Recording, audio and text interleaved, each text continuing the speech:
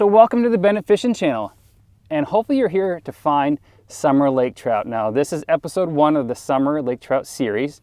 I'm going to be doing a whole series of videos based on how to find lake trout, how to jig for them, all the techniques and stuff throughout this summer of 2024. If you want to see the spring lake trout series, click the link down below and you can watch that series on where to find them in the spring. If you're up in Canada, you're still in that spring mindset. Right now we're in the lower 48. That being said, let's talk about how to find lake trout and how to eliminate water when you're jigging for lake trout. Most lake trout lakes are huge and expansive. We want to eliminate as much water as possible. A lot of people will say, 90% of the fish are in 10% of the water. What we want to do is get down so you guys aren't looking in that 90% of water that doesn't have any fish in it. I'm going to teach you guys how to search and find areas that are really high percentage spots for lake trout during the summer. Now, what we call summer here in the lower 48 is when the thermocline starts to set up, when the top of the water column starts to be warm and the bottom is cold. Now, lake trout is a common misconception. Lake trout are always down deep. That is not true. If the water temperature is cold enough, or if they're hungry enough, they will go up into warm water whenever they want. They'll just stay there for a little while, eat, and then turn back around and go down and find cold water. So you can find your thermocline. In the middle of summer, it might be down as deep as 40 feet. I am not seeing thermocline on my Sonar right now. You can usually see it on your Sonar, or you can drop a wired temperature probe down like a fish hawk, or get one on a cord and you can find something where that cold water starts. You basically want to eliminate any warm water. You don't want to fish in it. 1, it's not good for the lake trout. 2, there just won't be any lake trout there. Bass and stuff will be up there spawning usually in that time of year. Right now it's June 11th, I think, or June 12th. Yeah, June 12th, right before the LCI, which is the big tournament on this lake for lake trout and salmon, a bunch of other things. So let's talk about the 3 different areas that I like to focus on, but let's talk about that and plus a bonus one. Let's talk about how to eliminate water while you are fishing. So what I'm going to do is I'm going to go into my Navionics app, and I'll leave the link for Navionics right here. If you aren't using it, it's a great resource. We are going to go into the Navionics app right now, and we're currently on Lake Champlain. I'm not going to show you exactly where I am. It's a pretty obvious spot. It's a pretty easy thing to look at. So what we're going to do, and I think you have to pay for this in this thing. So we're going to have to go to Map Options. If you guys saw me click on that. And we're going to have to go to, and I think it's like $80 a year. If you don't have Navionics, you can do the same thing with your Garmin unit, with your Humminbird unit, with your Lowrance unit. This is something that you guys can do on your phone, and then you can find your settings and stuff like that, how to do it on your Sonar unit, just so you can eliminate water and keep those settings pretty consistent. So water level I have set for 0. Shallow I have set for 0. Depth shading I have set at 30. And then I'm going to delete them right now. And I'm going to delete this one. I'm going to set up 2 different ranges, which is actually going to create 3 different tiers in this lake that we're fishing on. Now that is crucial to eliminating water. So what we're going to do is we're going to make a red range of, let's say, 0 to 49 feet. Now what that's going to do is that's going to say in the midsummer, we don't want to fish anything under 50 feet. It's going to be too warm for lake trout. It probably will be cold for a little while here since we're in June, but July, August, September, those areas will still stay warm in the lower 48, and adjust yours based on where your thermocline is. Like I said, right now our thermocline is probably at 20 feet. We want to add a second range, so that's our no fishing zone. We want to add a green range, and that's going to be our 50 feet to about 130. Now, if you want to fish deeper than 130, go right ahead. I find that it's too long. I'm using a 1-ounce jig and a grub tail. It takes too long to sink down there, and the majority of fish are up higher just because this is an alewife-based lake, and alewife don't seem to want to go down below that unless it's in the middle of the winter, which we don't have a thing for. So now that we have our 2 depths set, we can actually look at the map. And so our red zone is where we don't want to fish. So there's a shallow area, as you guys can see on the map right there. And then there's this Diamond Island light and Diamond Island actually area. I would fish in any of this green area. Now, behind the island is a bunch of flat. I've fished close to that, but I've never actually fished down there. Behind that, I would fish. It's deep enough to hold lake trout. The thermocline it's colder in that 65 feet of water. And I would fish on the ledge on the outside of that as it drops really steep down. Now I'll show you another spot. These edges right here, this is kind of an underwater mountain or underwater hump. This is a 108-foot hump. That would not stand out unless you color coded those. So we don't want to fish in the white and we don't want to fish in the red. Now you can create another thing that's red, so you can just like, here's my green zone. If you fish in like the Finger Lakes out in New York, a lot of them are those long style lakes where it's just ledges and there's not a lot of contours. You can highlight just those green areas. Those are the areas that you want to fish. Those are the ledges that you want to fish. So that's how you set that up. So now that that's set up, let's talk about, this is recording at 8:13.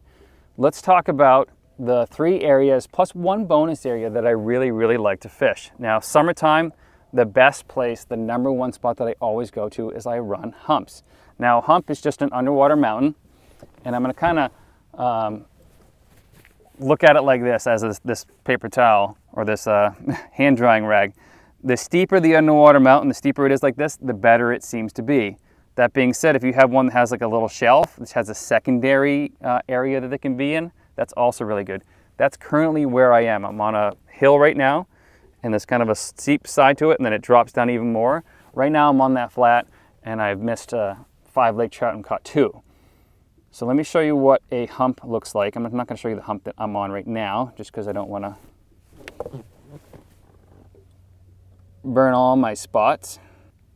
I'm looking northern Champlain here.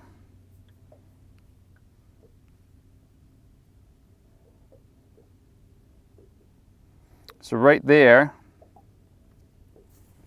would be a good area to fish in. It's 117 feet deep, and it's got deep water access all around it. Those are the style humps that we're looking for. It's highlighted in green because we just did that color coding.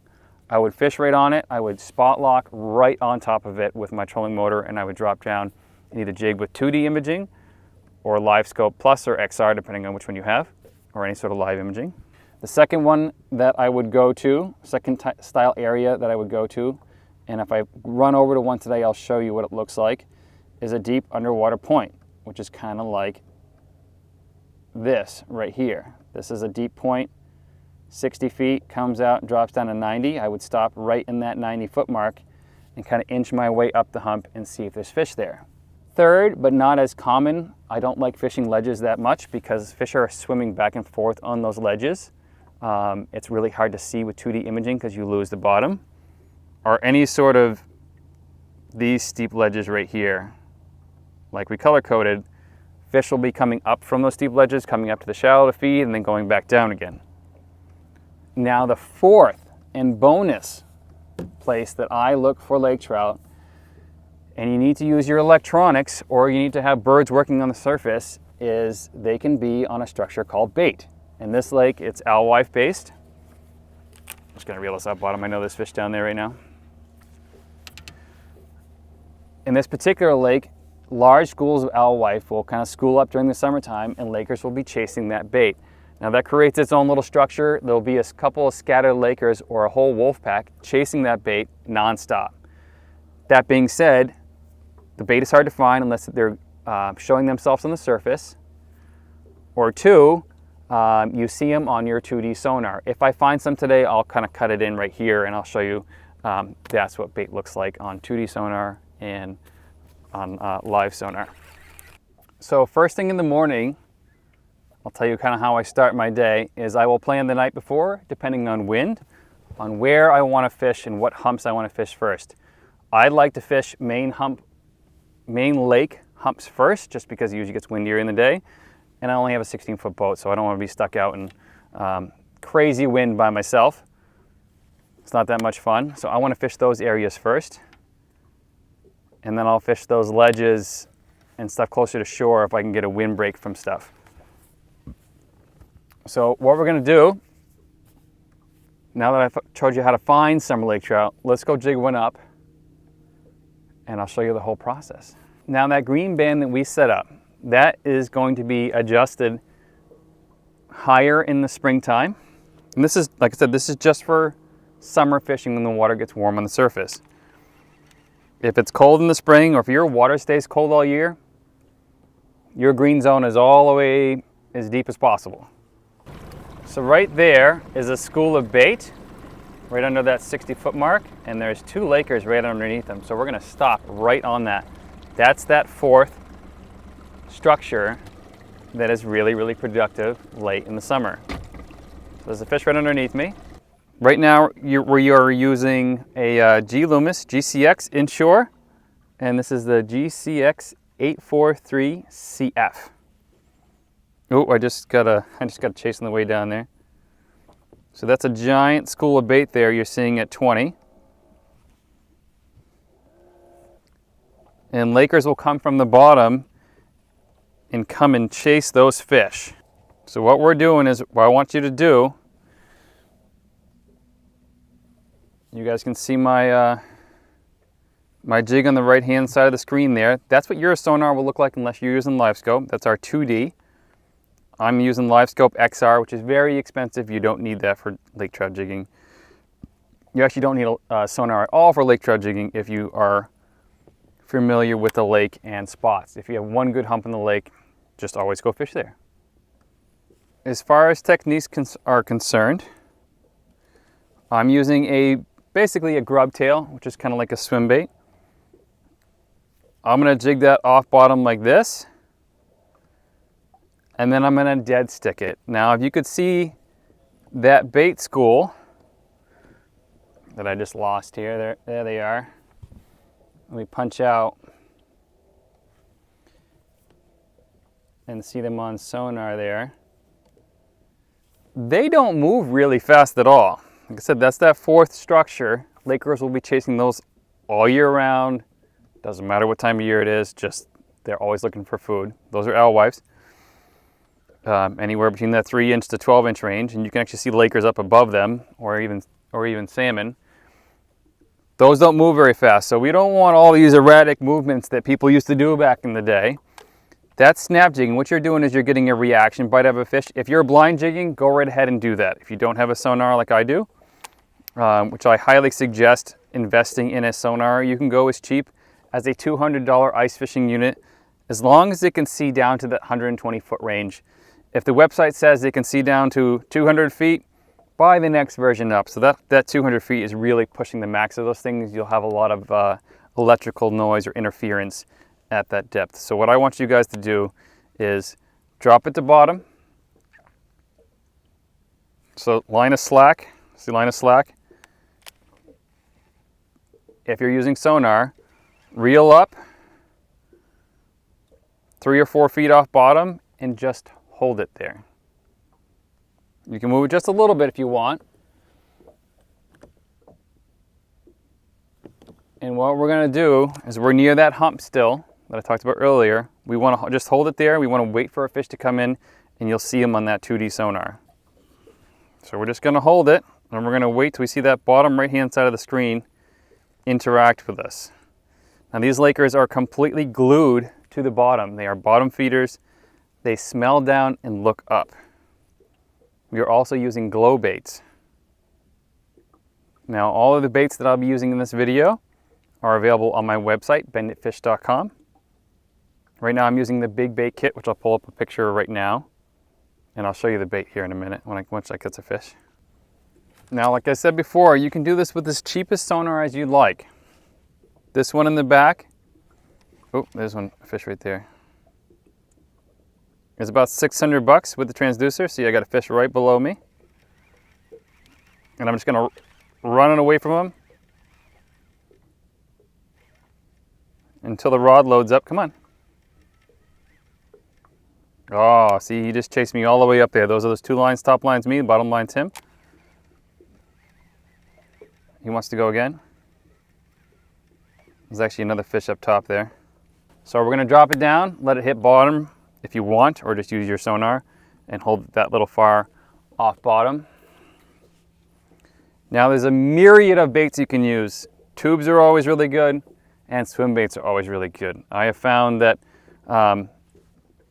you can also use blade baits and spoons. Those are very reaction-based baits. If you are jigging blind, I highly suggest using a spoon, letting it hit bottom, and then doing that rip up from bottom as much as you can, and you're going to get that reaction strike out of them. Same with the blade bait. But like I said before, we're using spot lock in the front. You can also back troll or anchor if you want. We're in 70 feet of water. You need a really long anchor line or really heavy anchor line to stay kind of put. We also don't want to act unnormal to fish. So that snap jigging method everybody used to do back in the day is unnormal, except for when you're trying to get a reaction bite out of them. Oh my goodness! Ugh. That's what we call a good chase right there. Oh my goodness.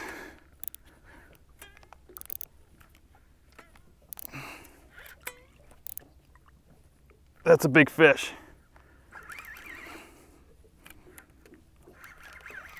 That's a big fish.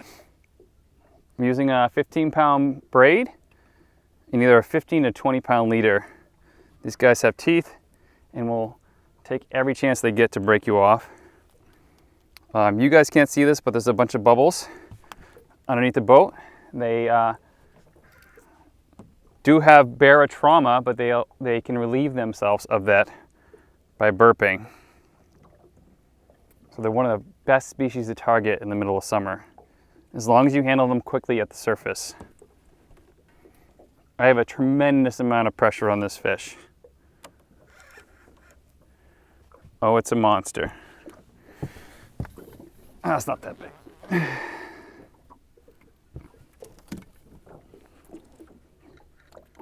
Big enough. Don't do that. Don't do that.